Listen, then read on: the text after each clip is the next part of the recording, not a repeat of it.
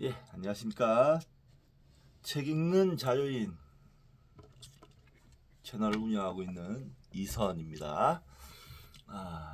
오늘은, 이번 시간은 오늘 두 번째 시간이죠. 2025년 5월 16일, 5월 16일 금요일 두 번째 시간입니다. 전 아까 전에 오전에 오늘 일찍 들어왔었죠. 일찍 들어와서,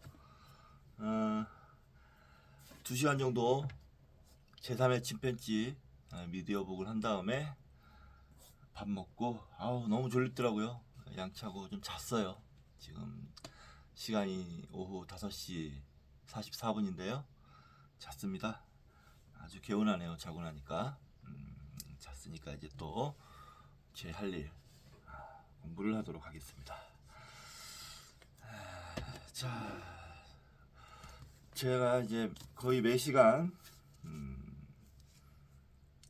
책을 소개시켜드리고 있는데요. 오늘은 이 책, 문명화 가정입니다. 문명화 가정 1, 2권으로 되어 있는데요. 노르베르트 엘리아스, 박미의 옹김, 한길 그레이트 북스.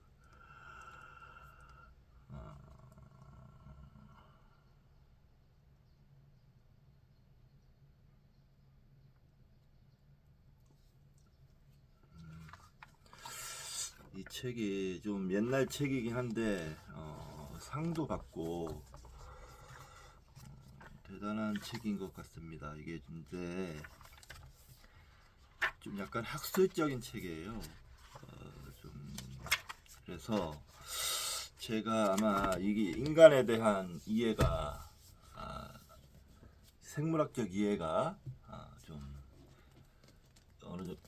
어느 정도 되면 그다음 인간의 문명화 과정을 연구할 때 도움이 될 것 같습니다. 그래서 제 생각엔 저건 좀 나중에 읽게 되지 않을까 이런 생각됩니다.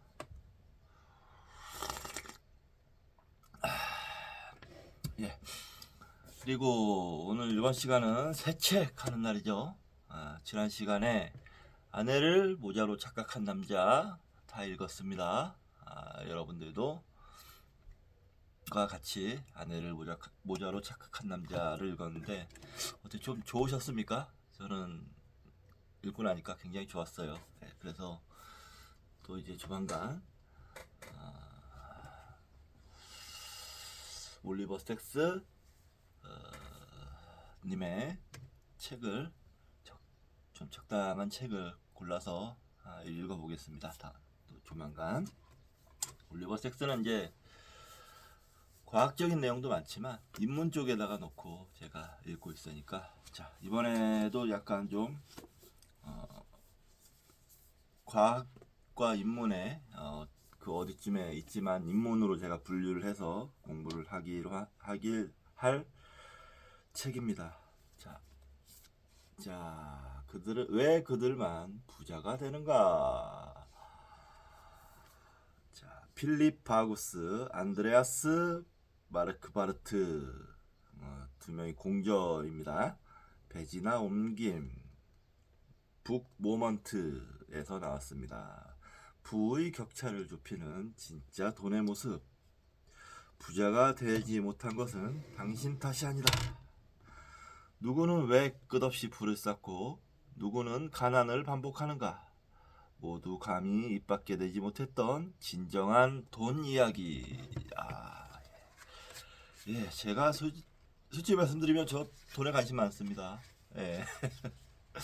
돈이 있었으면 하지만 뭐 그냥 가난하기에 그냥 뭐 받아들이고 감수하고 있는 거죠. 받아들인다기보다는 그냥 감수하고 있는 거죠.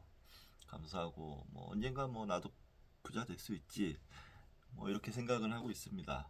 많은 근데 이게 구조적인 어떤 문제로 인한 가난이 아닐까?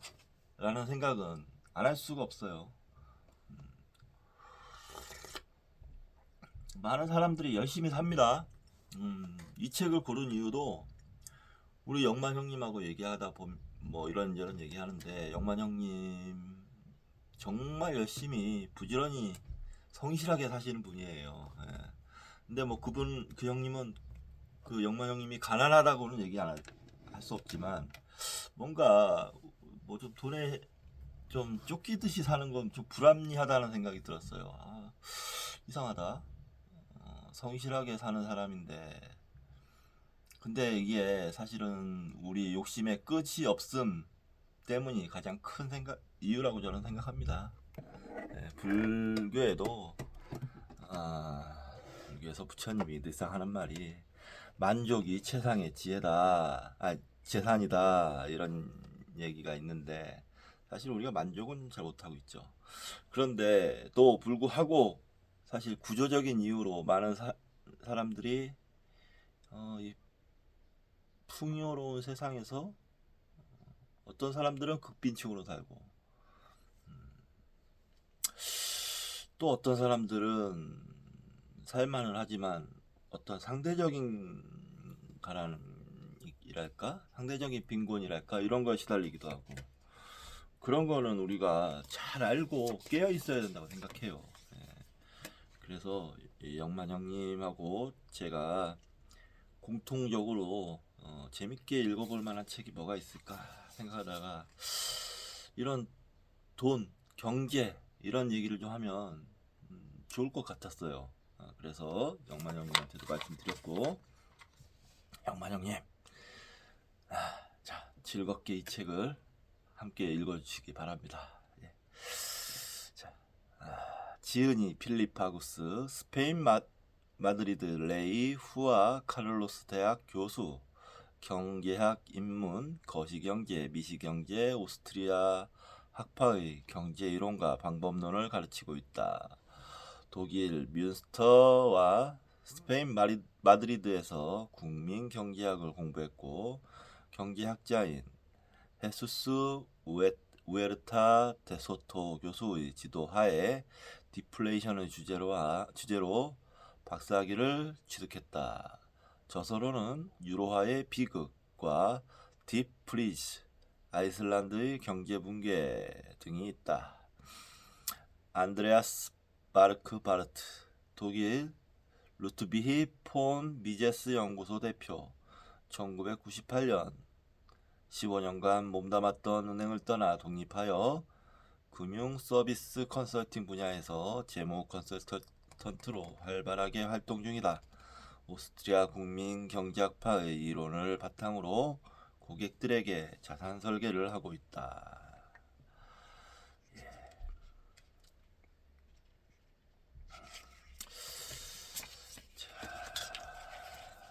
이 책이 이제 알라딘에서 샀는데 이 책은 지금 새 책이에요. 중고 책이 아니고 일부러 제가 새 책을 샀습니다. 왜냐면은 알라딘에서 중고책과 새 책 차이가 얼마 나지가 않았어요. 그만큼 많이 팔리는 책이고 대단히 호평을 받는 책입니다. 그래서 여기 추천의 글을 좀 읽어드리도록 하겠습니다. 추천의 글.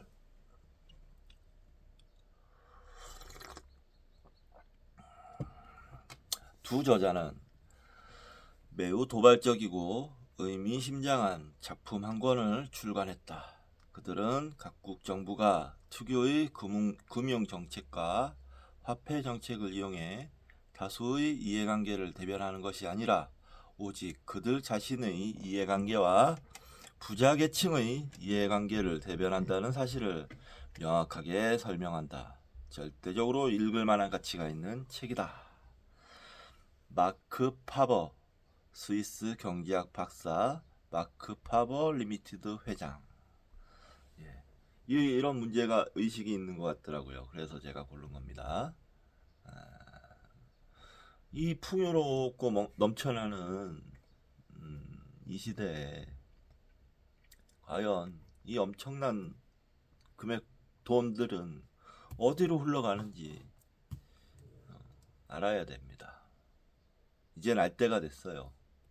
우리들이 국가의 화폐 독점권은 국민에 대한 거대한 사기극이라고 복지국가는 선동용 프로젝트라고? 도발적이면서 흥미진진한 책을 집필한 저자들은 현 시대에 정치, 경제적으로 자명한 것으로 받아들여지는 것들에 맞서 도정장을 내밀며 우리에게 입장 표명을 촉구한다. 다니엘 에케르트, 화폐 트라우마 저자. 그렇다고 해서 저가 뭐든지 책 한 권만 읽는 게 제일 위험합니다. 그 윤석열이가 밀턴 프리드먼이라는 그 시카고 경제학파의 책 그 한 권만 딸랑 읽고 신자유주의의 신봉자가 돼가지고 국민들을 이렇게 괴롭힌 거 아닙니까? 그렇기 때문에 이 책 한 권으로 경제 분야도 이 책 한 권으로 머무르지 않겠습니다. 네. 이미 여러 거 사다 놨고요. 쭉 지금 경제와 돈 이런 문제, 부의 문제를 파고들 여러 책들을 지금 구비해 놓은 상태입니다. 이것도 단계별로 쭉쭉쭉 한 권 한 권 돌파해 나가도록 하겠습니다.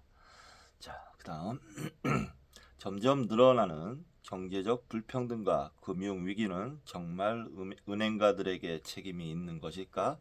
아니다. 그들에게는 그럴 만한 힘이 없다. 저자들은 국가가 독점하는 화폐 시스템이 바로 경제적 위기와 불평등을 일으킨 장본인이라는 사실을 보여준다. 우리를 둘러싼 화폐와 금융 시스템을 제대로 이해하려는 사람이라면 반드시 이 책을 읽어야 한다. 토마스 마이어 박사, 프랑크푸르트 괴테대학 경제연구소. 자, 그래. 다음 부의 분배가 사회정치적 최대의 관심사로 자리 잡은 시대에 두 저자는 모든 의문 중에서도 가장 핵심적인 화폐 시스템, 즉 돈에 대한 의문에 주목한다. 이 책은 현행 화폐 시스템에 우리가 종속되어 있는 한 계속해서 발생할 경제적, 사회적 현상들의 진짜 원인을 독자들에게 설명해 준다. 노널드 슈테페를레 In Good We Trust 저자.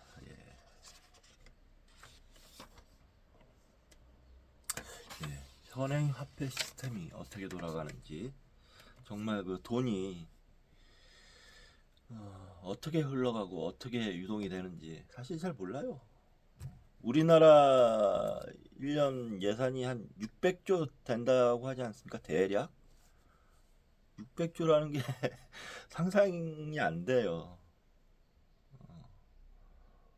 600조 1, 10, 100, 1000, 만, 10만, 100만, 1000만, 10억, 100억, 1000억 조잖아요. 가 600개가 그 정도의 600배인데 그 600배라는 게 사실 감이 안 오는데요. 저는 그거는 근데 그 어마어마한 돈이 어떻게든 흘러다닌다는 거예요. 그게 그만한 돈이면 뭐든 그 어떻게 대충은 어떻게 흘러가는지 알아야지 될 거 아닙니까? 이렇게 어마어마한 돈인데 그 중에 이리저리 새는 눈먼 돈이 많아질수록 우리의 삶은 우리의 공동체는 위기에 빠질 수가 있겠죠. 또 하나 우리에게도 직접적인 혜택이 올 수 있도록 하기 위해서는 알아야 됩니다. 알아야 돼요. 자, 그 다음 다른 사람들이 당신을 이용해 점점 더 부자가 되는 이유에 대해 이해하기 쉽게 설명된 책. 결코 그렇고 그런 상투적인 책이 아니다. 돈에 대한 깊은 숙고와 의심뿐만 아니라 돈을 자극하고 활성화하는 책이다. 예. 놀란트 티키 경제학자, 독일 경제지 비르트 샤프츠 보헤 전 편집장. 예. 그러니까요. 돈에 대해서 깊은 숙고와 의심하고 알아야죠. 알아야 됩니다. 뭐든. 돈에 지금 뭐 이렇게 돈 공부하겠다는 이유가 돈 막 많이 벌어야 돼. 막 이런 생각이 아니에요. 그냥 알아야겠다는 거예요. 그게 첫 번째입니다. 알아야겠다. 많이 뭐 이렇게 모르겠어요. 잘은 모르겠는데 뭐 그냥 뭐 돈 욕심 없이 뭐 그냥 뭐 적당히 되는 뭐 버는 대로 살지 이러면 지금 이 어마어마한 게 풍족한 시대에 그 눈먼 돈을 곳곳에서 빼가는 사람들이 있을 거라고 생각해요. 근데 알고 있으면 그렇게 못합니다. 그럼 궁극적으로 공동체 모두에게 골고루 돌아갈 수 있는 방법을 찾을 수 있게 되겠죠. 우리가 알아야 돼요. 네, 독자들의 찬사 읽어보겠습니다. 여태까지 읽은 경제학비 통화정책에 관한 글 중 단연코 가장 유익한 책. 아이비리그 대학에서 3년 동안 경제 수업을 들은 것보다 이 책에서 배운 내용들이 더 큰 수학이었다. 아마존 독자. 경제학 도인 모양이네요. 아이비리그면 뭐 하버드 대학, 예일 대학 그런 쪽이죠.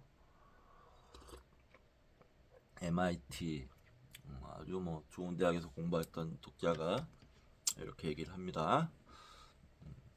그다음 우리 생활에서 가장 쉽게 접하는 것이 돈이다. 하지만 우리는 돈의 기원이 어떠하며 어떠한 과정을 통해 만들어지는지는 관심이 없다.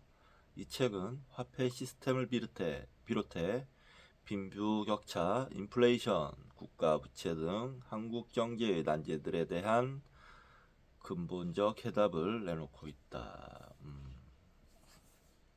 그래요.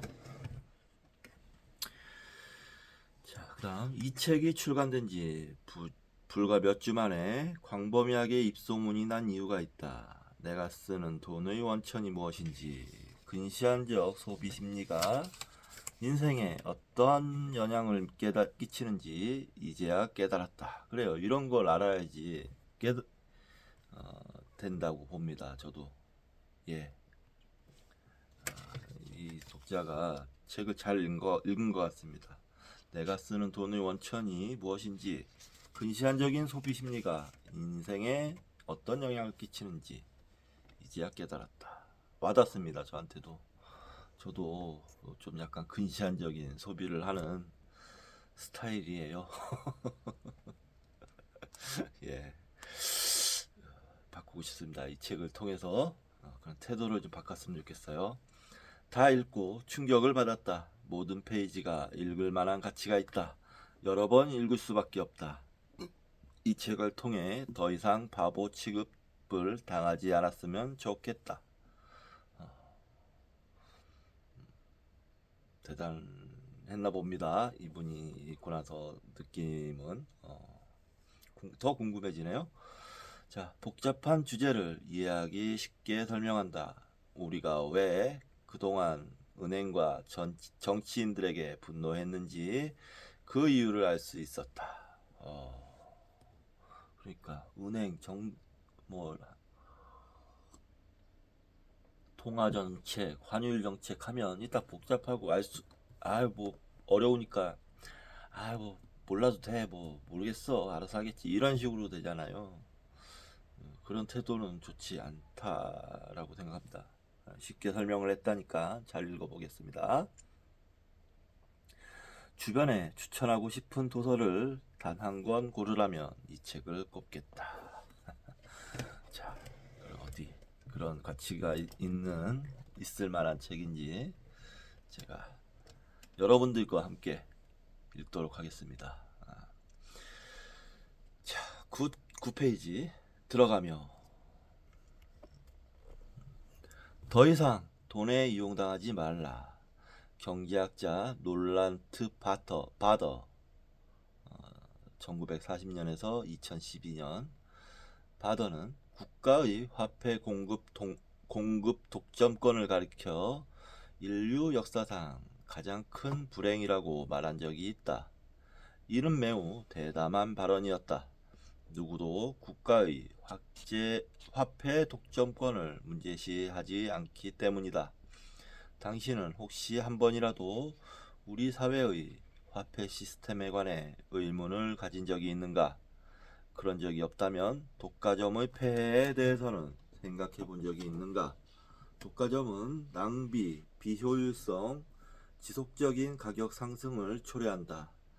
화폐라고 해서 그 폐해가 다르지 않다. 게다가 안정적인 가치를 가진 화폐는 우리의 인생에서 매우 중요한 의미를 지니고 있다. 예를 들어 당신은 하루의 영양 섭취를 위해 매일 무엇을 얼마만큼 먹을 것인지에 대한 책임을 국가에 맡기지 않는다. 그러나 화폐에 관한 한 당신은 지금 그렇게 하고 있다. 우리가 쓰는 화폐가 국가의 비호 아래 훌륭하게 보존되고 있다면 왜 화폐 구매력은 점점 더 떨어지는 것일까? 이렇게 물으면 당신은 그래도 국가에서 화폐를 통제하는 것이 자유시장에 화폐를 맡기는 것보다 낫다고 항변할지도 모른다. 하지만 정말 그럴까? 유럽중앙은행은 왜 우리의 교환수단인 화폐를 계속 새롭게 찍어낼까? 은행이 가로 열고 우리가 이용하곤 하는 거리의 저축은행도 마찬가지다. 가로 닫고 대출의 형태로 무의 상태에서 돈을 만들어내는 행위를 국가가 허용하는 이유는 무엇일까? 당신이 계좌에 넣어둔 돈을 은행이 타인에게 빌려줘도 되는 이유는 무엇일까? 당신이 그 돈을 금방 다시 필요로 할지도 모르는데 말이다. 그리고 은행이 당신의 돈을 누군가에게 빌려줬는데도 가로 열고 실제로 대부분의 경우 당신의 돈은 타인에게 대여 중이다. 가로 닫고 당신의 계좌에 변함없이 돈이 남아있는 이유는 무엇일까? 만약 당신이 돈을 찍을 수 있다면 당신에게는 어떤 일이 일어날까? 한 가지만큼은 확실하다. 도망갈 엄두도 내지 못한 채 곧장 감옥으로 집행할 것이다. 화폐를 다루는 이들은 결코 당신과의 경쟁을 허용하지 않기 때문이다. 그리고 이런 독과점 체제는 철통같이 보호될 것이다.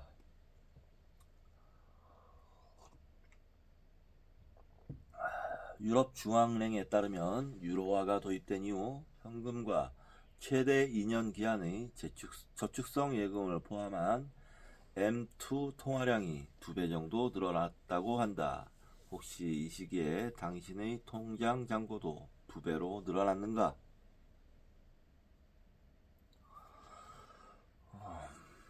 그렇지 않다면 최소한 임금만큼은 2배로 늘어났는가? 이 또한 해당되지 않는다면 의심해 보기를 바란다. 유로권역에서 사용되는 통화량이 2배로 늘어났지만 내 통장 잔고는 그대로라면 틀림없이 다른 누군가의 통장 잔고가 그만큼 늘어났을 것이다. 그 사람이 과거에도 나보다 돈이 더 많았다면 지금은 나보다 훨씬 더 많은 돈을 가지고 있을 것이다. 원래 나보다 부유했던 그가 지금은 더 큰 부자가 되었을 것이고 나는 그에 비해서 상대적으로 더 가난해졌을 것이다. 라고. 이 책이 가난한 노동자들을 착취하고 법적 문제 때문에 마지못해 임금을 올려주거나 최저임금을 지급하는 부자들과 기업들을 비판하는 선동용 책일 것으로 생각한다면 오산이다. 인간은 누구나 특정한 동기에 의해 행동한다. 인간의 모든 행동을 유발하는 요인은 자신의 안녕을 위하거나 자신이 처한 상황을 개선하려는 노력이다. 인간의 행위 이론에 관해서는 경제학자 루트비히 폰 미제스 1881년에서 1973년가 저서 가로 열고 국민경제, 인간의 행동 및 경제활동 이론에서 철저한 연구를 바탕으로 설명한 바 있다. 루트비히 폰 미제스는 20세기 경제학자 중에서 가장 중요한 인물이라고 해도 과언이 아니며 지금까지 누구도 그의 연구를 뛰어넘지 못했다. 루트비히와 그가 수장으로 있었던 오스트리아 국민경제학파에 대해선 이 책에서 앞으로 더욱 자세히 다룰 것이다.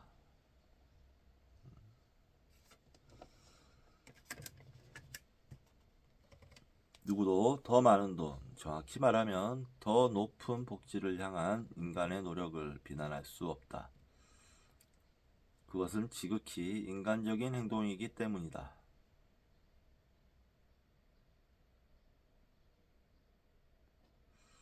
만약 인간에게 이런 태도가 천성적으로 있지 않았더라면 우린 지금도 여전히 동굴에서 생활했을지도 모른다. 물론 인정사정 없이 행동하는 사람들도 있지만 그런 사람들은 언제나 있었고 앞으로도 계속 존재할 것이다. 특히 일반인들의 희생을 대가로 화폐 독과점 체제를 남용해 부를 축적하는 행위는 무자비하고 교활하다. 이와 관련된 내용 역시 앞으로 다룰 것이다. 당신은 사람들이 점점 더 이기적으로 변하고 있다고 생각하는가?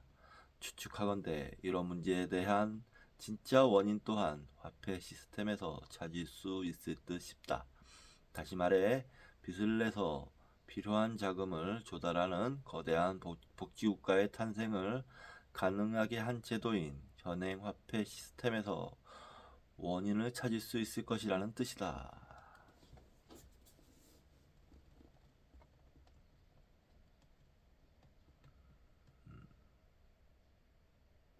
이 시대를 살아가는 현대인은 어쨌거나 난 세금을 충분히 냈어 라고 말하면서 타인을 돕는 이타심에 관한 모든 책임을 복지국가에 떠넘긴다. 당신은 우리 사회가 소원해지고 있다고 느끼는가? 다수를 압박해 소수가 이익을 얻는 이유는 무엇인가? 전통적으로 이어지던 사회적 결속의 끈이 마모되어 가는 이유는 무엇이며 사람들이 물질주의에 집착하고 냉혹하게 변해가는 이유는 무엇인가? 부자들은 점점 더 부유해지고 가난한 사람들은 점점 더 가난해지는 이유는 무엇인가? 이 모든 문제에 대한 진짜 원인은 화폐 시스템에 있다. 이 책을 읽으면서 왜 그런 것인지 이해하게 될 것이다. 겁먹을 필요 없다. 전문가나 경제학자가 아니어도 이 책을 이해하기에 전혀 문제가 없다. 선입견 없는 시선으로 볼 수 있을 테니 경제를 전공하지 않은 게 오히려 장점으로 작용할 수도 있다. 이 책을 끝까지 읽고 나면 당신 앞에 펼쳐질 세상이 더 이상 과거와 똑같은 모습으로 보이지 않을 것이다. 때로는 아무것도 모르는 채 살아가는 것이 더 나을 때도 있다. 최악의 경우 고통스러운 진실을 마주하며 구역질이 날 수도 있다. 그동안 자신이 기만당하고 있었다는 사실을 타인의 속임수에 넘어가고 있었다는 사실을 알게 되면서 기분이 엉망이 될 수도 있다. 만약 당신의 배우자가 밤늦게 낯선 향수 냄새를 풍기며 집으로 돌아온다면 어떤 생각이 들까? 대놓고 어디에 갔는지 물어보기가 두려울지도 모른다. 차라리 어디에 갔는지 몰랐으면 하는 마음이 들거나 차라리 내 눈에 띄지 말지라고 혼잣말을 할 수도 있다. 아, 그렇죠. 알기 두려운 진실들이 있죠.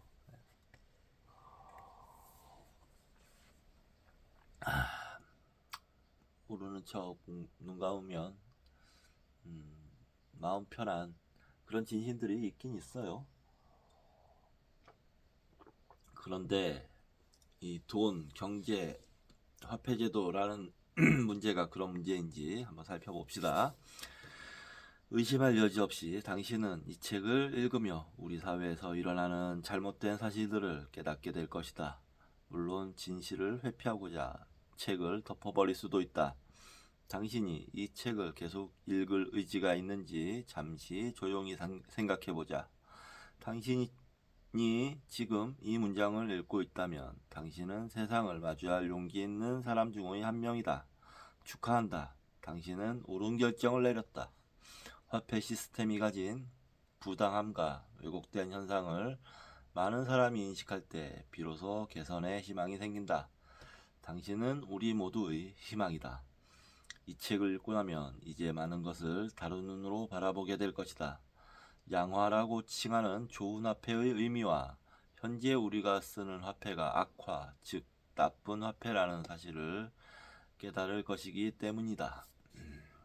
당신은 좋은 화폐가 국민 경제에 얼마나 중요한 역할을 하는지, 나쁜 화폐가 한 사회에서 이루어지는 수입 분배와 부의 분배에 어떤 영향을 미치는지 파악하게 될 것이다.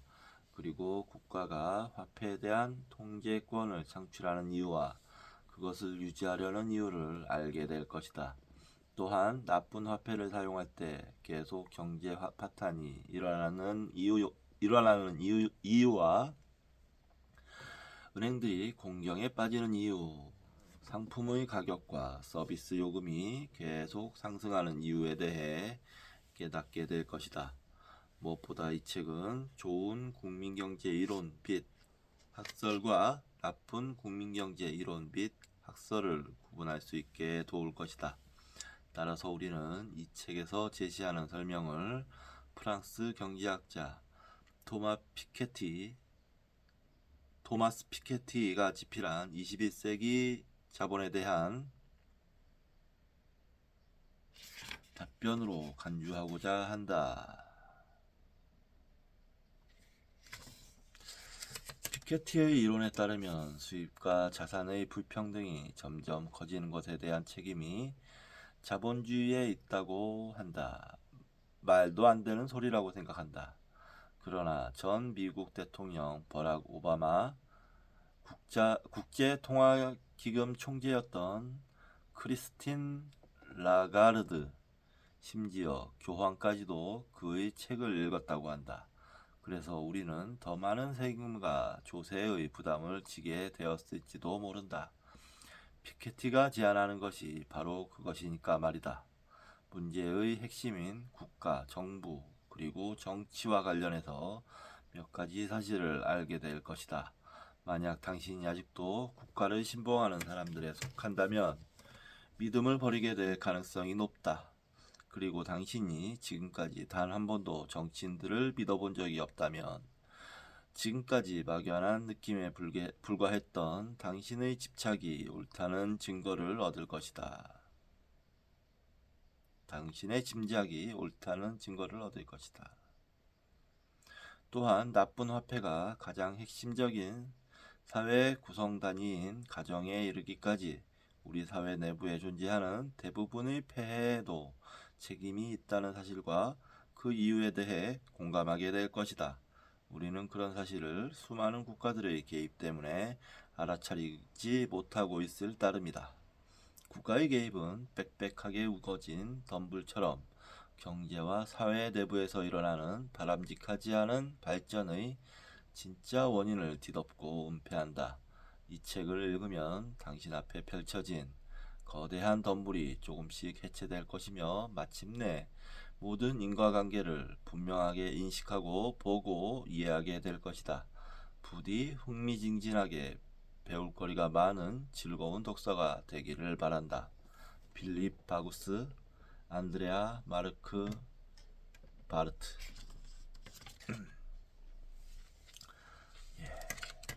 여기까지가 들어가며였고요. 차례를 좀 읽고 잠시 쉬고 하도록 하겠습니다.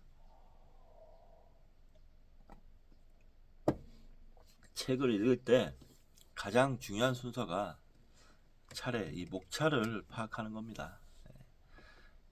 목차 차례를 파악하고 책을 읽어야 그 책을 온전히 이해할 수가 있어요.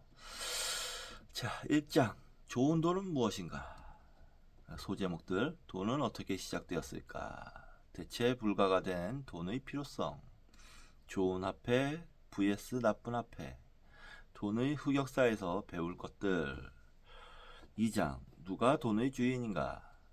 소제목, 돈이 계속 늘어나는 이유. 정부는 사업을 할 뿐이다. 돈을 찍어내는 은행의 특권, 화폐 시스템이라는 창조경제. 3장, 우리의 돈은 얼마나 안전한가. 소제목, 인플레이션과 디플레이션의 진짜 모습. 부를 얻는 소수의 수혜자들. 누가 벌고 누가 잃는가. 빈부격차의 진정한 주범. 4장, 돈의 흐름을 쥐고 있는 자들. 빌려주는 자와 빌리는 자. 예금과 대출이자의 불건전함. 거품이 꺼지면 반드시 불황이 온다. 5장, 그들은 어떻게 돈을 빼앗는가. 소제목, 권력을 유지하기 위한 무기. 열차의 꼬리칸에 탄 사람들. 부의 빈곤의 알고리즘. 6장, 인플레이션이 우리 삶에 미치는 영향. 소제목, 자유로운 돈이 만든 삶의 여유. 국가주도의 화폐가 초래한 침체기. 부를 불리는 대세 공식. 복지국가는 좋은 것이라는 착각. 7장, 경제는 왜 흔들리는가. 소제목, 결정권자들이 불러오는 후폭풍. 모든 것은 국가의 개입에서 시작된다. 괴물이 되어버린 금융시장. 8장, 화폐 독점의 엔딩. 소제목, 잃어버린 부는 돌아오지 않는다. 빚 권하는 사회. 우리가 시장을 이기려면. 9장, 누구도 말하지 못한 부의 격차. 소제목, 화폐 시스템에 속지 말라. 돈에 대한 생각을 고치면 삶이 바뀐다. 우리의 돈이 자유로워지기 위해. 참조문헌 이렇게 되어 있습니다. 자, 그럼 잠시 쉬었다가 계속 책을 읽도록 하겠습니다. 자, 정리해 있나라? 옳지. 뿅.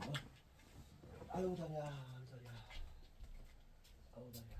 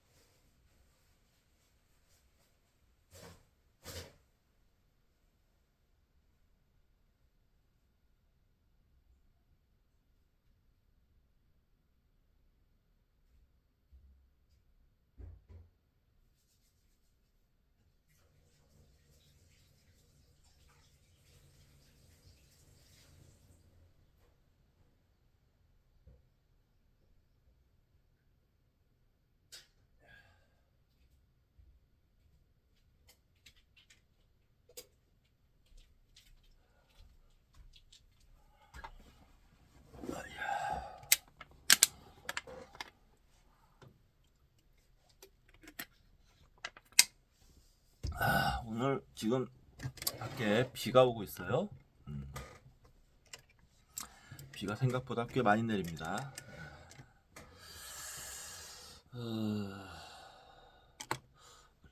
오늘 그래서 야구도 전 경기가 우천 수년이 됐습니다. 원래는 오늘 저녁 때 야구를 보며 필사를 좀 할까 했는데 그냥 책을 계속 읽는 게 나을 것 같습니다. 뭐 비도 오고 하니까 오늘 소주 한잔 해야 되겠어요. 소주 한잔 하려고 안주거리를 지금 냉동고에서 꺼내놨습니다. 소주 한잔 하면서 드라마를 보든지 뭐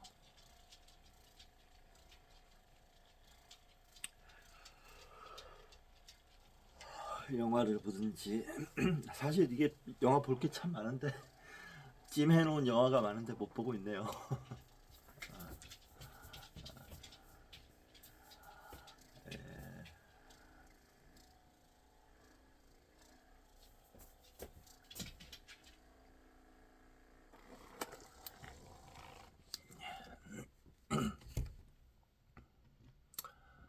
또 더 읽어보도록 하겠습니다. 자, 어떻게 좀 흥미가 있으십니까? 자,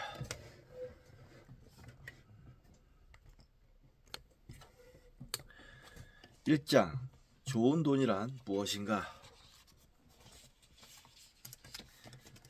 지난 수십 년간 국민들은 미래에 먹을 것까지 미리 먹어치워 버렸다. 이제 그들은 앞으로 수십 년간 먹을 것이 없이 굶주려야 할 것이다. 놀란트 바더. 무시무시한 얘기네요.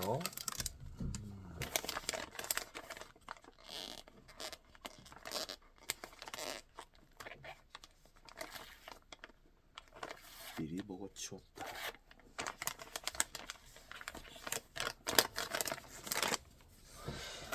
이게 어느 나라의 얘기일까요? 지난 수십 년간 국민들의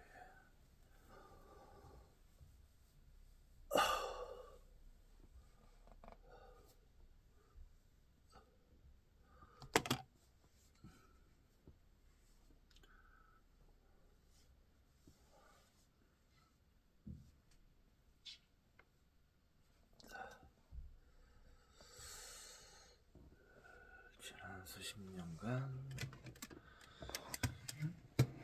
들은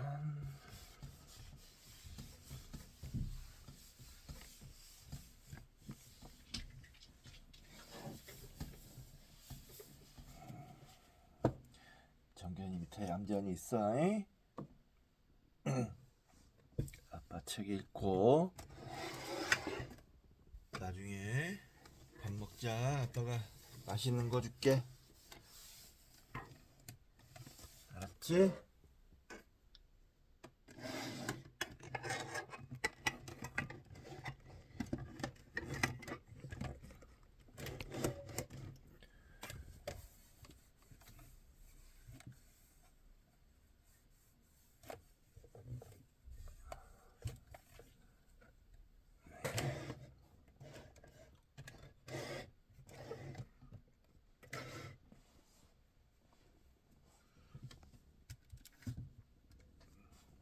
자, 25쪽.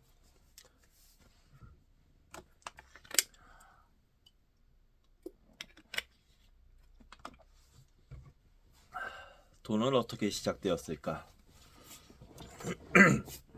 먼저 우리는 널리 알려진 한 가지 오해를 바로잡고자 한다. 화폐는 누군가가 고안한 것이 아니며 국가의 창조적인 행위를 통해 탄생한 것은 더더욱 아니라는 점이다.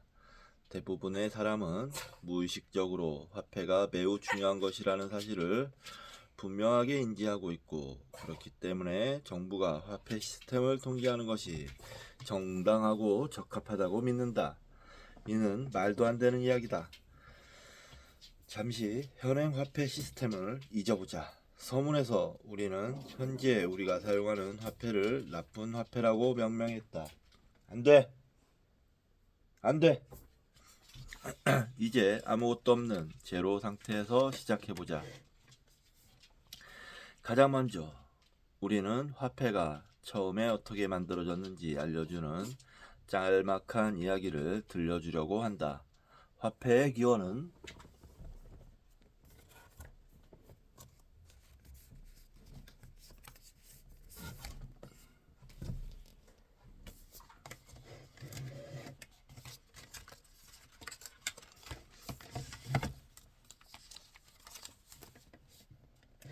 화폐의 본성과 더불어 좋은 화폐가 어떤 것인지 명료하게 설명해 주기 때문에 이 이야기를 통해 화폐의 본질을 이해하고 나면 대부분의 경제학자나 정치인들보다 우위에 설 수 있다.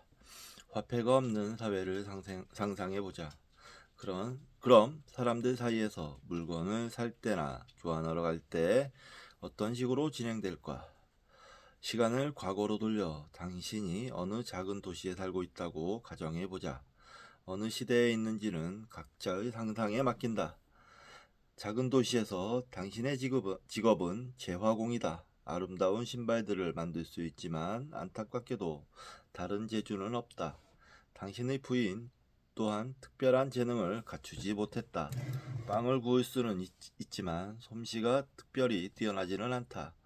또 당신에게는 가축을 둘 마구간도 없다. 당신의 아이들 무엇보다 부인이 신은 신발은 사람들 사이에서 부러움의 대상이다. 하지만 신발을 먹을 수는 없는 노릇이라 당신의 부인은 종종 식료품을 조달해야 한다. 집에 돈이 한 푼도 없고 당신이 제공할 수 있는 교환 수단은 신발밖에 없기 때문에 당신의 부인은 신발이 필요한 농부, 그것도 신발을 받는 대가로 감자 한 자루나 햄 한 덩어리를 줄 수 있는 농부를 찾아야 한다. 한두 번은 이런 방법이 통하겠지만 지속적인 거래는 힘들다.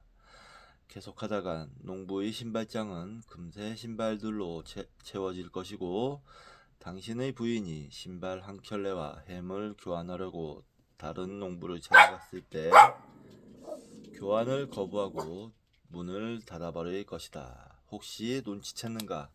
우리는 방금 교환 수단이라는 단어를 사용했다. 이 이야기에 등장하는 사람들에게는 일종의 교환 수단이 결여되어 있다.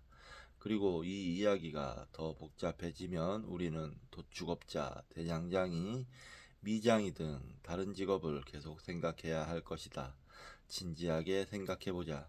이 사람들이 공통된 교환 수단을 사용하게 된다면, 그래서 신발 한 켤레가 필요하거나 말발굽에 새로 편자를 박아야 하는 사람들을 찾아 헤매지 않아도 된다면, 모든 사회 구성원이 가로 열고 우리는 이들을 시장 참여자로 명명한다. 가로 닫고 얼마나 더 큰 이익을 볼 수 있을까? 혹시 지금 당신은 이런 문제를 겪지 않아도 된다는 사실에, 사람들에게 화폐를 공급하는 국가가 있다는 사실에 안도했는가? 그렇다면 우리는 상상놀이를 계속하면서 당신의 잘못된 생각을 바로잡아 줄 것이다. 작은 도시의 여인들은 장신구 착용을 즐기는데 그 중에서도 특히 금과 은으로 된 장신구를 좋아한다. 아이를 낳거나 생일, 결혼기념일 같은 기회가 있을 때 남편이 부인에게 금으로 만든 무언가를 선물하는 것이 도시의 오랜 전통이다. 여인들은 이런 선물을 소중히 여긴다. 반지와 귀걸이 혹은 목걸이를 손에 넣기 위해 남편이 얼마나 오랫동안 일해야 하며 얼마나 많은 물건을 금세공사와 교환해야 하는지 잘 알고 있다. 금은 단지 지위의 상징에만 그치지 않는다. 금은 단지 지위의 상징에만 그치지 않는다. 아름답게 반짝이며 빛을 발하는 금의 아름다움 또한 이견의 여지가 없다. 그래서 우리의 이야기 속에서도 모든 금 장신구는 귀중한 것으로 간주되고 가치를 높이 평가받는다. 어느 날 여전히 신발과 감자를 맞바꿀 누군가를 찾아 헤매던 당신의 부인에게 획기적인 아이디어가 떠오른다. 그녀는 사람들이 금으로 만들어진 조그마한 판을 유독 찾는 모습을 보게 된다. 조그마한 판은 거래가 자주 이루어졌고 사람들은 온갖 물건들과 그것을 맞바꾸었다. 달리 말하자면 금은 언제나 좋은 가격에 잘 팔리는 재화였다. 그렇다면 금으로 된 자그마한 판과 신발을 맞바꾸지 않을 이유가 없다. 그녀는 신발과 감자를 직접 교환하는 대신 간접적인 방법을 이용해 먼저 신발을 금과 교환한 다음 그 금을 가지고 감자를 파는 사람에게 찾아갈 수도 있다. 이 경우 교환하는 과정이 한 번이 아니라 두 번이지만 그녀는 소중한 시간을 절약할 수 있을 뿐만 아니라 더 수월하게 감자에 접근할 수 있다. 당신의 부인은 모험을 감행한다. 어쩌면 이런 시도가 실패로 돌아갈 수도 있다. 좋은 조건에 금과 신발을 교환하지 못할 수도 있고 금과 감자를 교환할 사람을 찾지 못할 수도 있다. 그러나 부인의 시도가 성공했다고 가정해보자. 그럼 그녀는 더 유리한 조건으로 더 빠르게 감자에 접근할 수 있게 된다. 금이라는 교환 수단을 이용한 간접적인 교환 방법을 통해서 말이다. 혁신은 매우 성공적이었다. 이제 당신의 부인은 물건을 교환할 때마다 교환 수단을 투입하는 전략을 취할 것이고 교환 활동을 수행하기 위해 금으로 된 작은 판을 부지런히 찾게 될 것이다. 이런 추가적인 수요를 통해 금의 시장성은 한층 더 높아질 것이다. 다른 사람들도 성공적인 변화를 이루기 위해 그녀를 모방할 것이기 때문이다. 당신의 부인은 친구들과의 모임에서 금과 감자를 성공적으로 맞바꾼 이야기를 들려주었다. 공교롭게도 때마침 농부의 부인도 그 자리에 있었다. 그리고 농부의 부인 역시 흥미로운 이야기를 들려주었다. 농부가 서랍의 작은 보석함에 들었던 금과 감자를 교환하는 과정에서 당신의 부인에게 받은 금을 합친 다음 대장장이를 찾아가 새로운 쟁기를 구입할 때 그 금을 냈다는 것이다. 농부의 부인에 따르면 거래가 예전보다 훨씬 간단하게 진행되었다고 했다. 그 전까지만 해도 대장장이들의 음식물 저장고엔 농부들과의 교환 거래로 생긴 감자와 햄이 다 먹지도 못할 만큼 쌓여 있었는데 이젠 그럴 필요가 없게 되었다. 작은 도시에서는 새로운 교환 방식이 빠른 속도로 퍼져 나가게 된다. 사람들은 점점 물건과 물건을 직접 교환하지 않는다. 대신 금을 교환 수단으로 삼는 경우가 빈번해지고 이를 통해 금의 시장성과 지급 능력이 향상되기 시작한다. 시간이 흐를수록 금을 찾고 사용하는 시장 참여자들의 숫자가 늘어나게 되며 금은 더욱더 효과적인 교환 수단으로 발돋움한다. 사람들은 그들 모두가 금을 이용한 교환 방식으로 이익을 얻고 있음을 느낀다. 이제 상호간 협동 작업을 하기가 수월해지고 분업이 장려되며 모든 사람이 저마다 잘하는 일에 더욱 집중할 수 있게 된다. 예전에는 교환할 상대를 찾을 수 없어서 스스로 만들어야 했던 물건들을 더 이상 힘들게 직접 제작하지 않아도 될 뿐더러 모든 일을 스스로 처리하지 않아도 되기에 이르렀다. 이젠 모든 사람이 훨씬 더 쉽게 다른 사람들의 능력을 이용할 수 있게 되었다.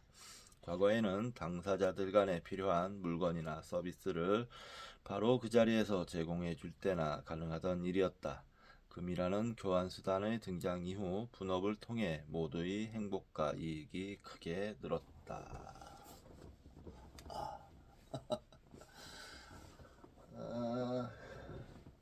뭐 가정이라고 하니까 뭐 그냥 아주 심각하게 이 일을 제기하지는 않겠는데요. 굉장히 나이브한 생각이죠. 이렇게 돈이 생기고 유통하게 되었다고 생각하는 거는 사실 돈보다 폭력이 먼저였을 겁니다. 예, 폭력이 이렇게 평화롭게 교환되고 그런 사회가 아니었어요. 우리는 잊지 말아야 됩니다. 침팬지에서 분화되어서 이렇게 발전한 존재들입니다. 침팬지의 폭력성을 그대로 우리가 물려받았어요. 그런 존재들이 평화롭게 금부치를 서로 나눠가면서 감자랑 신발과 바꾸고 대장장이랑 햄과 바꾸고 그렇지 않았을 거예요. 한 손에 몽둥이를 들고 빼앗을 수 있으면 빼앗으려고 했던 자들이 마주 많았을 겁니다. 적어도 과거에는 더요. 지금 이제 과거 얘기를 하는 거니까 현재 얘기가 아니니까 그냥 넘어가도록 하겠습니다. 그냥 책이 이대로 끝나질 않겠죠. 설마 인간의 생물학적인 그런 요소를 완전히 제하고 논의를 진행하지는 않을 거라고 믿습니다. 불안불안하긴 한데 대체 불가가 된 돈의 필요성.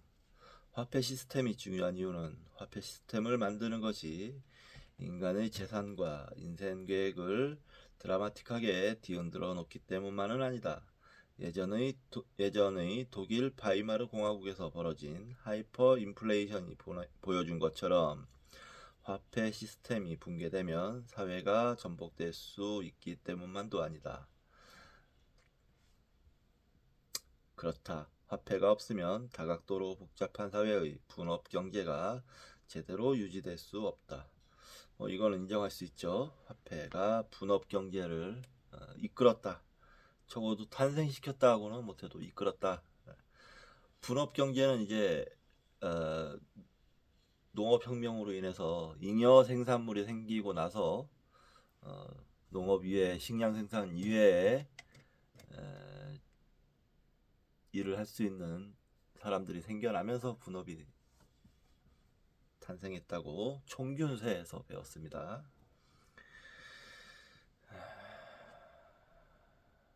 분업은 엄청난 생산성을 가져오며 그 생산성은 지구의 모든 인구를 먹여 살리게 한다. 그런데 화폐가 없다면 오늘날 우리 사회에서 일어나는 교환 활동의 대부분이 원활하게 진행될 수 없을 것이다. 이렇게 되면 분업 체계가 붕괴되어 불가피하게 자체 제작이 늘어날 수밖에 없다.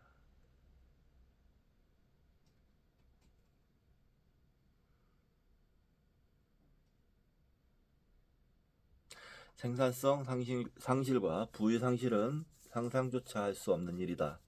화폐가 없다면 아마 인류의 대부분이 죽음을 맞이하게 될지도 모른다. 보편적으로 받아들여지는 교환수단인 화폐가 있어야 비로소 분업사회와 복지사회가 탄생할 수 있다. 달리 표현하자면 돈 없이는 문명도 존재할 수 없다. 그것도 인정할 수 있죠. 그러나 우리는 화폐 시스템을 만드는 데 참여한 이들을 칭송해야 마땅하다. 당신의 부인은 영웅이다. 이제 우리는 한 목소리로 우리의 작은 도시에 막 화폐가 형성되었다고 말할 수 있다.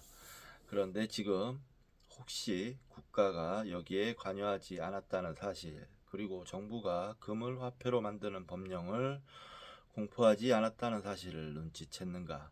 화폐가 생겨난 이유는 상호간의 거래 활동이 이어나가고자 했던 시장 참여자들이 화폐가 그들 스스로에게 얼마나 유용한지 알아차렸기 때문이다. 이때 그들은 의식적으로 화폐 생성에 참여한 것이 아니다. 그저 교환 수단인 금을 이용해 그들의 개인적인 목적을 예전보다 수월하게 달성했을 뿐이다. 그리고 모두가 동일한 교환 수단인 금을 이용했기 때문에 그것은 한층 더 유용성을 띄었다. 따라서 화폐는 교환 수단이라는 중요한 기능을 가지고 있다. 또한 가치 보존 수단의 기능과 계산 단위의 기능 역시 가지고 있다. 그러나 화폐가 구매력을 유지하고 미래에도 지속적으로 전달하는 기능을 충족시키려면 반드시 화폐의 가치가 안정적이어야 한다. 왜냐하면 당신의 부인이 금을 받고 신발을 판매한 시점이 그녀가 다른 물건을 구입하는데 금을 사용하는 시점 사이에는 여러 날, 여러 주 혹은 여러 달이 흘러갈 수 있기 때문이다. 당신의 부인이 금으로 된 작은 판을 받기로 결정한 이유는 문제가 되는 두 시점 사이에 작은 판의 가치가 안정적일 것이라고 생각해서였다. 어쨌든 시장성과 가치의 안정성은 함께 걸어가는 요소다. 사람들이 금을 빈번하게 거래한 이유는 금의 가치가 안정적이기 때문이었고, 빈번한 금의 거래는 금의 가치를 한층 더 안정성 있게 했다. 이 안정성이라는 거에 화폐의 안정성이라는 거에 주목해서 볼 필요가 있는데, 사실 제 생각은 그렇습니다. 아까 말했듯이 화폐 전에 폭력이 우선이었을 것이라고 말씀드렸죠. 이 화폐가 안정성을 가지려면 강제적인, 그러니까 어떤 폭력을 독점할 수 있는 주체가 있어야 됩니다. 그렇지 않고서 달러, 화폐, 금 이런 것만 가지고 안정성이 담보가 될 수가 없어요. 그거를 빼앗거나 훔쳐가거나 어떤 식으로든 폭력적으로 행하는 자들을 응징할 수 있는 어떤 주체가 있어야, 합의된 주체가 있어야 그 화폐가 안정성을 갖게 되는 게 아닐까요? 저는 그렇게 생각합니다.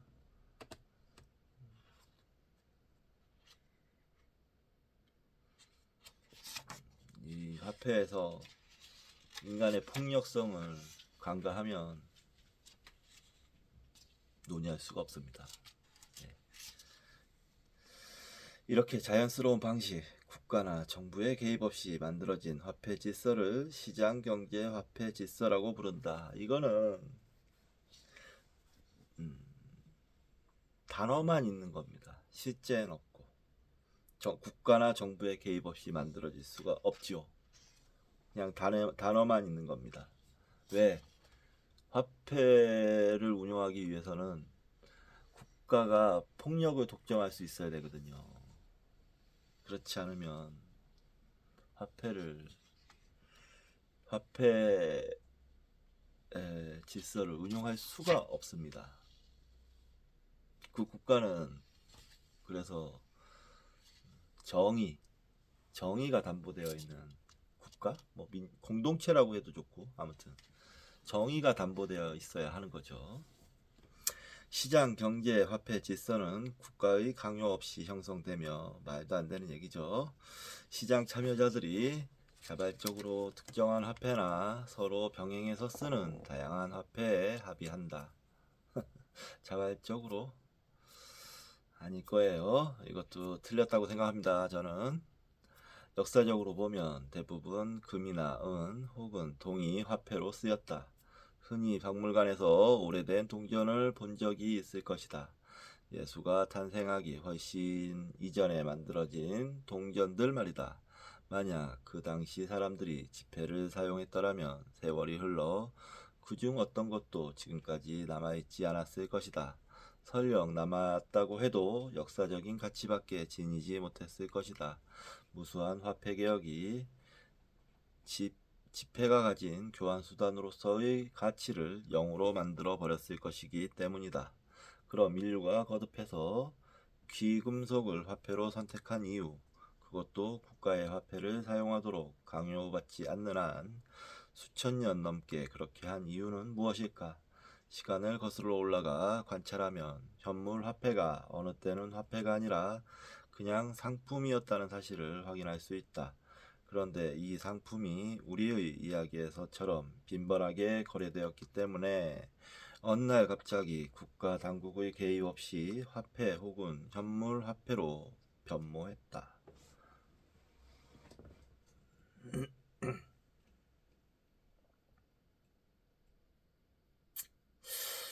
갑자기 국가 당국의 개입 없이, 아닐 것 같은데요. 어느 날 갑자기 국가 당국의 개입 없이, 국가 당국의 개입 없이 화폐가 되진 않았을 것 같아요. 그 로마 시대 동전들만 해도 정교하게 새겨져 있습니다. 왜 그러냐면 그 왕의 얼굴이나 뭐 신의 모습 등 뭐 이런 권위 있는 사람들의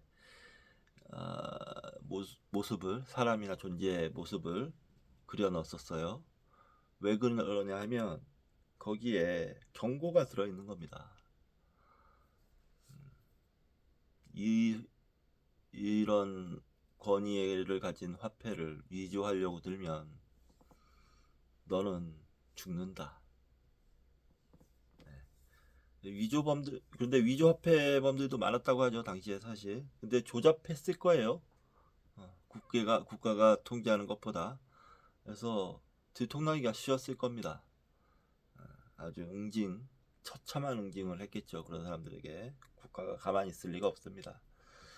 따라서 국가가 개입 없이 현물화폐로 변모했다는 거는 틀린 얘기일 겁니다. 왠지 조금 김이 빠지는데 예, 좀 뭐 그래도 조금 더 읽어보겠습니다. 뭐 모르겠습니다. 아니 조금 더가 아니고 웬만하면 끝까지 읽어보겠습니다. 예.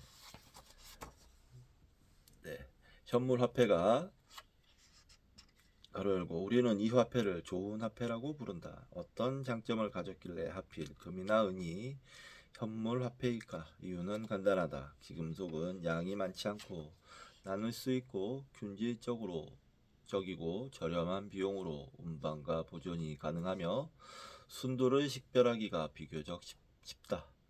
금을 2로 씹어보는 영화의 유명한 장면들처럼 말이다.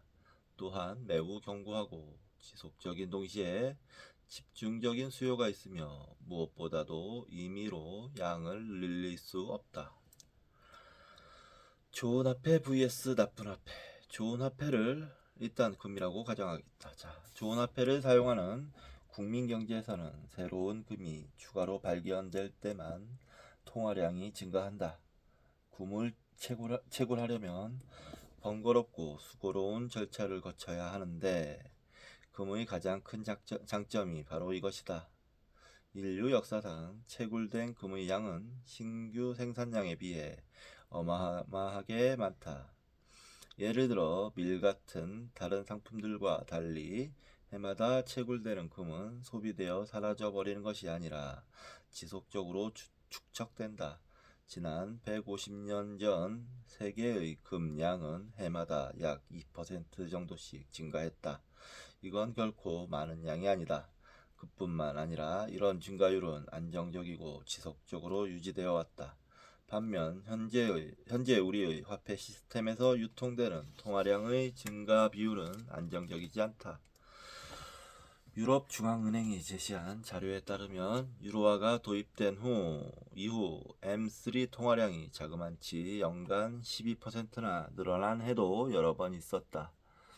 M3 통화량은 가장 광범위하게 파악된 통화량인데 현금과 은행 예금 외에도 은행 채권, 최대 2년 만기 무담보 약속어음을 모두 포함한다. 이처럼 높은 통화량 증가율이 우리 화폐의 구매력, 즉 당신의 구매력에 유익하지 않다는 것은 충분히 짐작할 수 있을 것이다. 이에 대해서는 이후 자세히 설명하겠다.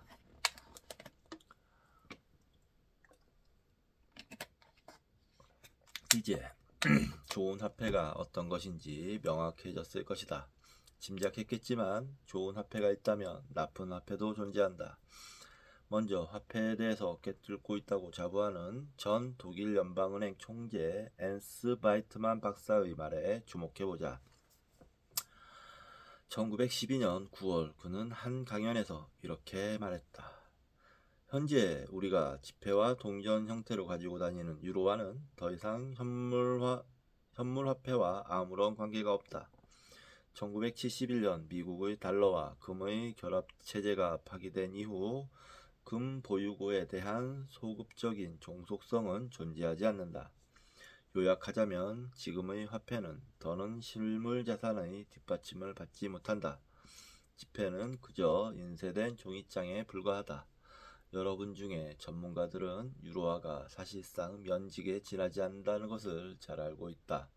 그리고 동전은 주조된 금속이다. 지폐와 동전이 일상생활에서 지불수단으로 수용된다는 건 그들이 유일한 법적 지불수단이라는 사실과 관계가 있다. 그것들이 유일한 법적 지불수단이라는 사실과 관계가 있다. 그렇긴 하지만 궁극적으로 지폐의 수용은 무엇보다 본인이 획득한 지폐를 이용해 다시 구매 활동을 영위할 수 있다고 믿는 국민의 신뢰에 기초한다. 자, 여기까지가 인용입니다. 그는 분명하고도 노골적으로 말했다. 현재의 지폐와 동전은 현물 화폐와 더 이상 아무런 관계가 없고 더는 실물 자산의 뒷받침을 받지 못한다. 그러나 국민들의 신뢰에 기초한다고 말이다. 이는 가히 주목할 만한 말이다. 독일 연방은행 총재가 현재 화폐의 이면에 그 어떤 실물 가치도 존재하지 않는다는 사실과 그것의 가치가 신뢰에 기반하고 있을 뿐임을 공개적으로 인정했다. 글로벌 금융위기가 닥친 2008년 가을 하이퍼 리얼 이스테이트 은행이 파산 위협에 시달렸다. 당시 사람들은 화폐 시스템에 대한 신뢰를 서서히 잃어버리기 시작했다. 앙겔라 메르켈과 당시 경제장관이었던 페어 슈타인 브루크는 독일 국민을 대상으로 예금 보장을 표명하는 것은 불가피한 일로 간주했다. 이미 일부 예금주들은 우리 은행에서 돈을 인출하고 있었기 때문이다. 당시 수상은 우리는 남녀 예금주 여러분께 여러분의 예금이 안전하다는 사실을 말씀드리는 바입니다. 라는 표현을 썼다. 정치인들이 보장해줘야만 하는 화폐는 어떤 종류의 화폐일까? 대답은 간단하다. 나쁜 화폐다. 그럼 당신은 다음 질문을 받았을 때 망설임 없이 대답할 수 있을 것이다. 좋은 화폐나 현물 화폐가 과연 정치인들의 보증을 필요로 할까? 우리의 생각을 말하자면 절대 그렇지 않다. 현재 우리가 사용해야 하는 화폐는 나쁜 화폐다. 사람들의 자발적인 합의에 기초한 화폐가 아니다. 우리의 화폐 시스템은 순수한 지폐 시스템이다. 한편 어느새 전 세계의 모든 화폐가 순수한 지폐 형태를 띠게 되었다. 화폐와 금의 결합 관계는 1971년 당시 미국 대통령이었던 리처드 닉슨이 1온스당 35달러였던 태완성을 하룻밤 사이에 파기해버린 이후 영영 끊어졌다. 태완성은 금이나 은을 맡긴 사람에게 지폐를 발행해주는 것으로 초기 지폐가 발행되었을 때 등장한 것인데 종이에 불과한 지폐가 화폐로 통용될 수 있게 한 시스템이었다. 당시 베트남 전쟁 때문에 미국의 부채가 증가하면서 미국 달러에 대한 불신이 늘었고 미국 국고에서 점점 더 많은 금이 빠져나갔다. 이런 사태를 막기 위해 미국 정부는 금에 대한 달러의 태환성을 막는 것 말고는 뾰족한 방법이 없었다. 국가의 지출을 축소함으로써 잃어버린 신뢰를 찾으려는 시도도 염두에 두었을 것이다. 그러나 국가와 정부는 실질적으로 전략하는 것을 매우 꺼린다. 결론적으로 돈을 받을 사람들에게 지금부터 나눠줄 돈이 줄어들었어 라고 이야기하는 것보다 남의 돈을 주는 것이 훨씬 더 편안한 방법이기 때문이다. 여기에서도 간과하지 말아야 할 것이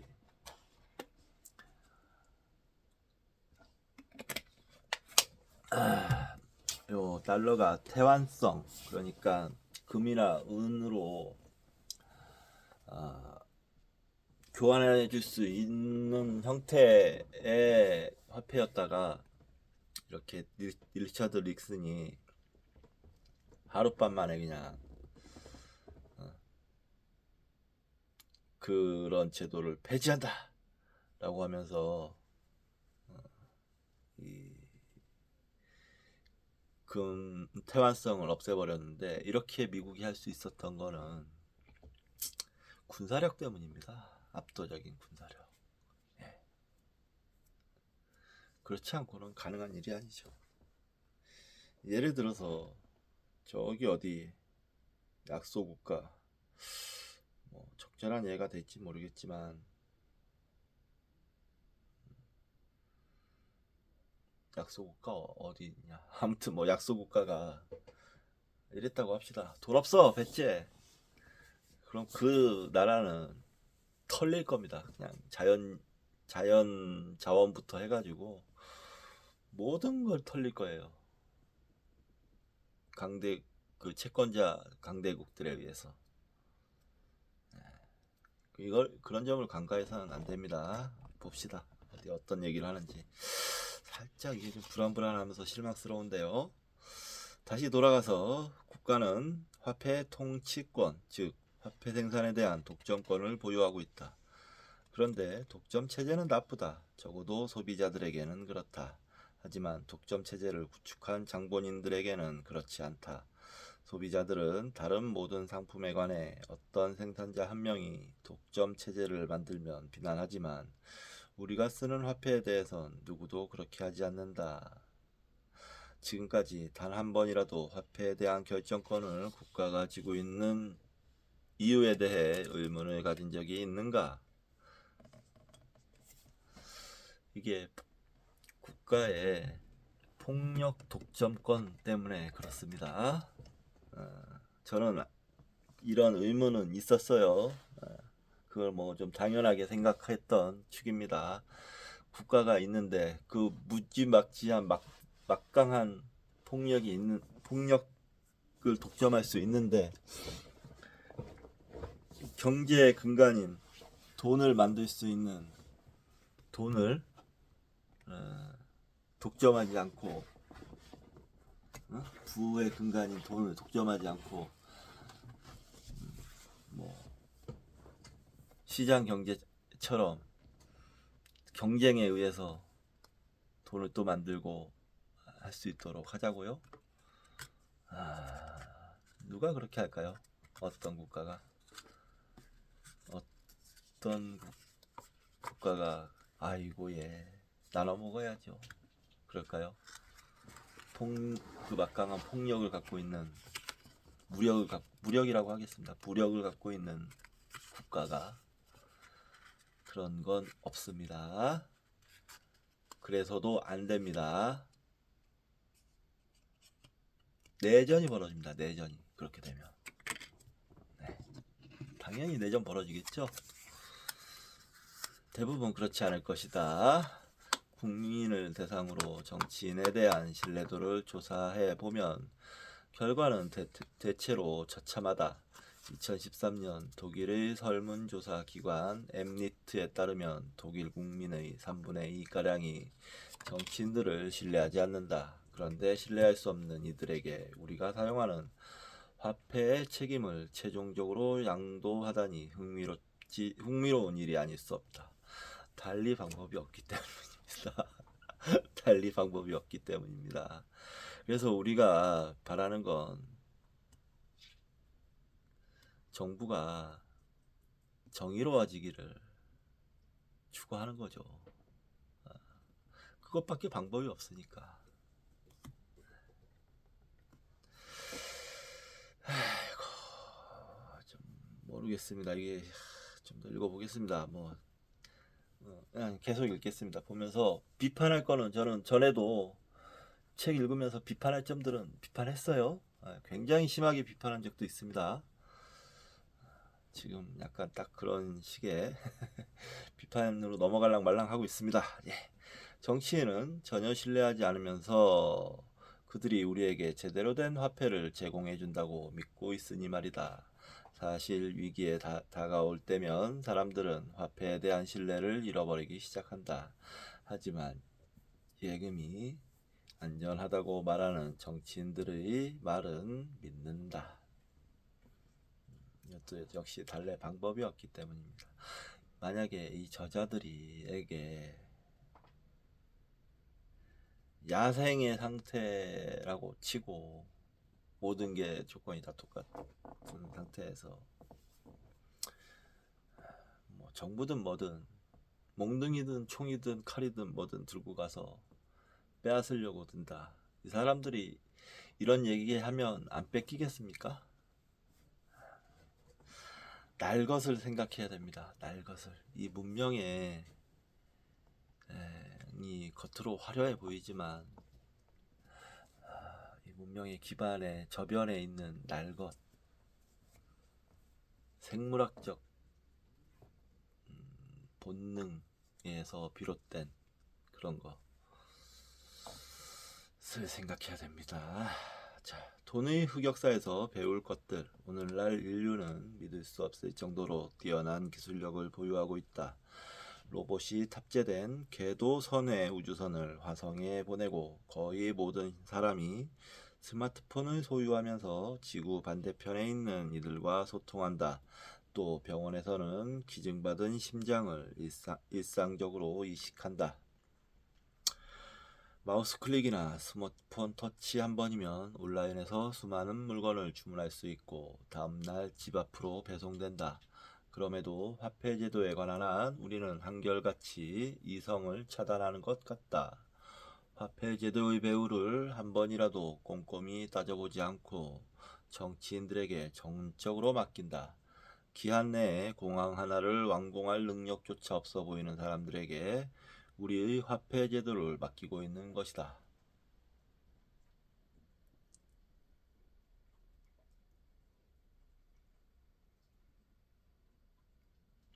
그러나 그들은 분명 돈이라는 주제만큼은 정통한 사람들이다. 지금의 화폐 시스템이 굴러가는 방식은 결코 진부하거나 시시하지 않다.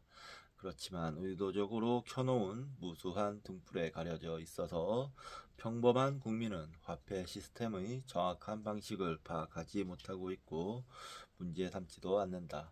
바로 그런 이유로 이 책이 존재한다.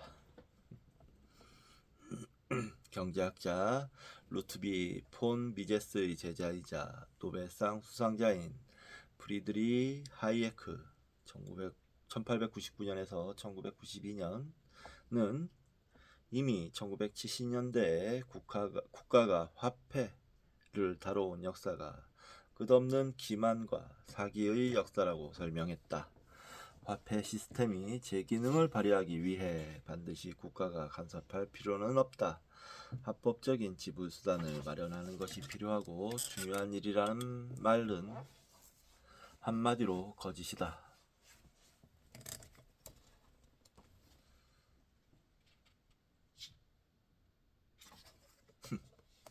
우리의 역사는 인간이 화폐로 사용할 대상에 자발적으로 합의하는 과정을 논리정연하게 보여준다. 우리는 그런 활동을 그냥 내버려둬야 한다. 아닙니다. 지금은 시대 자체가 과거와 다르고 현대 국민 경제가 성장하려면 새로운 돈과 대출이 필요하다며 이의를 제기하는 사람들도 있을 것이다. 국가와 정부의 의견에 동조하는 경제학자들에게 흔히 듣게 되는 말과 같다. 이런 주장도 사실이 아니다. 국민경제는 그때그때의 통화량의 조화를 이루어 알맞게 굴러간다. 돈이 많아진다고 해서 국민경제가 더 부유해지지는 않는다. 경제학자 머레이 앤 라스바드는 저서 정부는 우리 화폐에 무슨 일을 해왔는가에서 이렇게 말한다. 밤새 착한 요정이 나타나 우리의 지갑과 돈주머니 그리고 통장에 손을 뻗쳐 우리가 가진 돈을 2배로 늘려놓는다면 과연 어떤 일이 일어날까? 우리가 2배로 부유해질까? 아니다. 우리를 부유하게 만드는 것은 넘쳐나는 재화다. 그리고 이런 과잉 상태를 제한하는 것은 자원의 빠듯함이다. 예를 들어 땅, 노동, 자본의 빠듯함인 것이다. 돈의 양을 몇 배로 늘린다고 하더라도 자원의 결핍을 극복할 수는 없다. 한순간 우리가 2배로 부자가 된 것 같은 느낌이 들 수 있겠지만 실제로 그것은 화폐 공급의 효력을 약화시킬 뿐이다. 새로운 소비재나 자본재는 생활 수준을 향상시키지만 새로운 돈은 그저 가격만 끌어올릴 뿐이다. 우리가 없애야 할 오류가 한 가지 더 있다. 화폐가 견고하면 할수록 그만큼 더 좋다는 생각이다. 아마 당신은 그럼 도대체 왜 유럽중앙은행은 물가를 안정적으로 유지하는 것을 본연의 과제로 생각하는가 라고 물을 것이다. 반대되는 질문을 던져보겠다. 왜 유럽중앙은행은 가격 하락을 막는가? 사실 우리는 가격 하락에 전혀 반대할 이유가 없다. 그러나 중앙은행은 어쩐지 가격 하락을 반대하는 것 같아 보인다. 왜 그럴까? 지폐 중심의 화폐 시스템에서는 가격 하락이 파괴적으로 작용할 수 있기 때문이다. 그 이유에 대해서는 이 책을 읽으면서 차차 알게 될 것이다. 실물 화폐의 구매력은 오늘날 우리가 쓰는 국가 지폐보다 안정적일 것이며 시간이 흐를수록 상승하는 경향이 있을 것이다. 이는 분명한 사실이다. 그러나 제 아무리 실물 화폐라 하더라도 구매력이 절대적으로 안정적이진 않을 것이며 변수가 등장하면 동요될 것이다. 화폐의 구매력은 수요와 밀접하게 관련되었기 때문이다. 화폐의 수요는 때로는 높아지고 때로는 낮아지면서 지속적으로 변한다. 곰곰이 생각해보자. 경제적 불확실성이 커지면 사람들은 오히려 돈을 더 많이 보유하려는 경향을 보인다. 화폐에 대한 수요가 상승하는 것이다. 이와 대조적으로 상품 가격이 다시 매력적으로 여겨지는 시점, 불확실성이 사라지고 화폐를 상품과 교환하려는 욕구가 다시 늘어나는 시점까지 상품 가격은 떨어진다. 반면 경제적 불확실성이 낮은 시기에는 화폐에 대한 수요가 줄어들고 상품 가치가 상승하는 경향이 나타난다. 상품 가격이 지나치게 높다고 여겨지는 시점, 화폐를 상품과 교환하려는 욕구가 다시 줄어드는 시점까지 가격은 올라간다.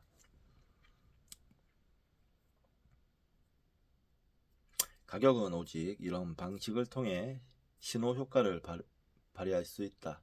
그러나 발권은행은 자체적으로 설정한 목표, 즉 물가 안정이라는 목표 아래 이러한 신호 효과의 출현을 허용하지 않는다.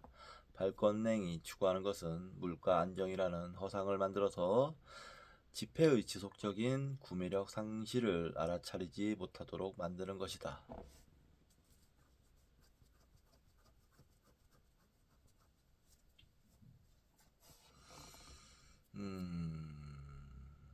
이것도 이유가 있습니다. 이게 화폐의 가치가 점점 이렇게 올라가지 않으면 경제는 침체하게 돼 있어요. 왜냐하면 사람들이 움직이질 않습니다. 심리적으로. 그래서 계속 조금씩 이렇게 올라가 줘야 사람들이 움직입니다. 살기 위해서. 한마디로 그 수조 속에 든 물고기들을 이동시키는 물고기를 저기 멀리까지 이동시키는 어항에 메기 한 마리 넣어놓는다고 하죠. 메기. 그래야 물고기들이 계속 움직여가지고 싱싱한 상태로 목적지까지 도달한다는 겁니다. 메기가 없으면 그냥 물고기들 가만히 있다가 죽어버린대요. 그런 겁니다.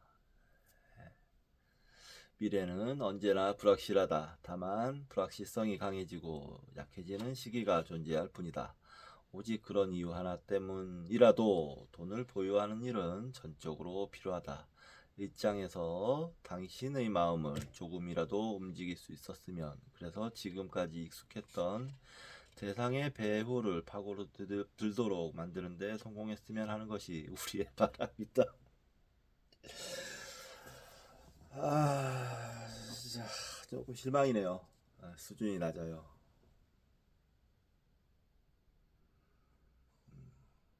근본을 파헤치지 못하고 있습니다. 수준이 낮고, 이게 이런 문제가 생기는 이유가 생각을 해보면 오랜 기간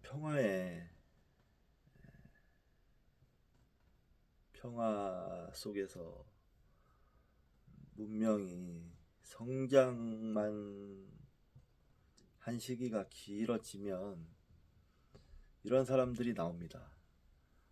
본질을 까먹어요. 그냥 이상적으로만 생각해요. 그게 이성이고 진리라고 생각합니다. 이 책은 비판하면서 읽게 될 것 같습니다. 자, 마지막에 우리가 꼭 알아야 할 돈의 본질 하면서 네모칸에 넣어놨습니다. 국가적 강압 없이 사람들이 교환수단으로 사용하고 싶은 물건에 자발적으로 합의한다면 경쟁 과정을 거쳐 좋은 화폐, 즉 보편적으로 받아들여지는 교환수단이 탄생한다. 그러나 국가의 주도 아래 만들어낸 화폐이자 통화량을 국가가 자의적으로 변환시킬 수 있는 화폐는 나쁜 화폐다. 이에 노벨상을 받은 경제학자 프리드리 하이에크는 이렇게 말했다. 국가가 화폐를 다뤄온 역사는 끝없는 기만과 사기의 역사라고. 하이에크는 틀렸다고 많이들 얘기하는데 요즘에 최근 경제학자에서 하이에크를 위대하다라고 얘기하지 않는다는 걸로 저는 알고 있는데, 일단 여기 첫 번째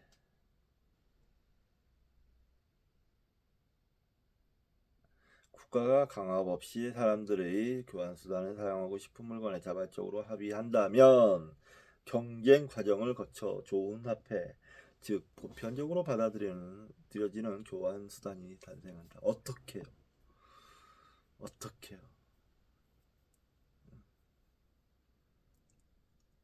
사람들의 폭력성을 제어할 수 있습니까? 칼 들고 몽둥이 들고 총 쏴대고 이러면서 막 뺏어가는 그런 폭력성을 제어할 수 있어요? 국가적 강압 없이? 사람들이 자발적으로 합의할까요? 그렇게 믿습니까? 그러면 너무너무 순진한 건데, 그게 좋은 화폐라고 한데 불가능. 이게 마치 그런 겁니다. 어떤 사람 둘이 기구를 타고 가다가 길을 잃었어요. 그래가지고 저 밑에 보니까 한 농부가 있더랍니다. 농부에게 물었어요. 아저씨, 우리가 지금 어디에 있습니까? 라고 물었더니 농부가 하는 말이, 당신들은 하늘 위에 있지? 라고 했답니다. 그랬더니 그 사람들이 하는 말이, 옳은 말이지만 쓸모는 없구만. 딱 그런 정도예요.